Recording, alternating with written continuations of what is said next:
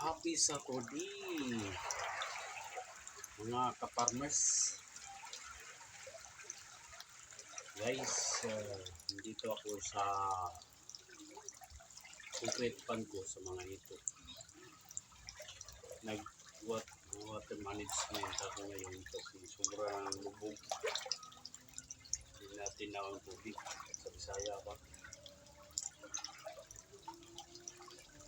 I-share ko sa inyo yung experience ko pag-aalaga ng ito.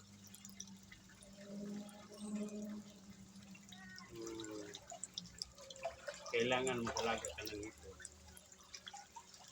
I-treat mo yung mga ito parang kapamilya mo. Membro ng pamilya. So, be responsible.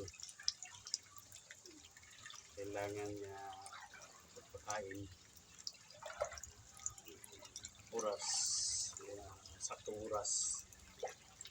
Sa umaga, 7 o'clock, 6 o'clock, 7 o'clock. Then sa tanghalian, 12 o'clock. At saka sa hapon, 5 o'clock. Sa gabi, 10 o'clock. Ganyan ang magpakain ng ito. Tapos pag pintilins pang ito, kailangan may close monitoring ka sa gabi. Kasi kapag hindi ka mag-monitor ng gabi, active yung ito, active. Pag gutom sila, kapwa nila kakainin. So, yun ang ugali ng ito. So, kailangan sa gabi, i-monitor mo sila.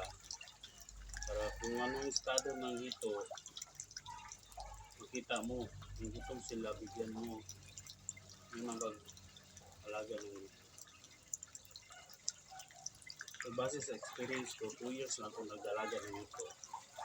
Alaga na ako nag-harvest. Kita ko sa inyo.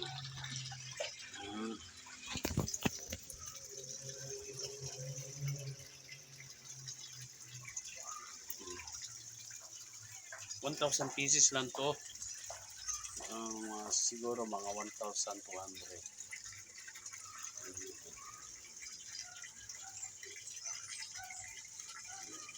Yun lang guys. Maraming salamat po. Thank you for watching.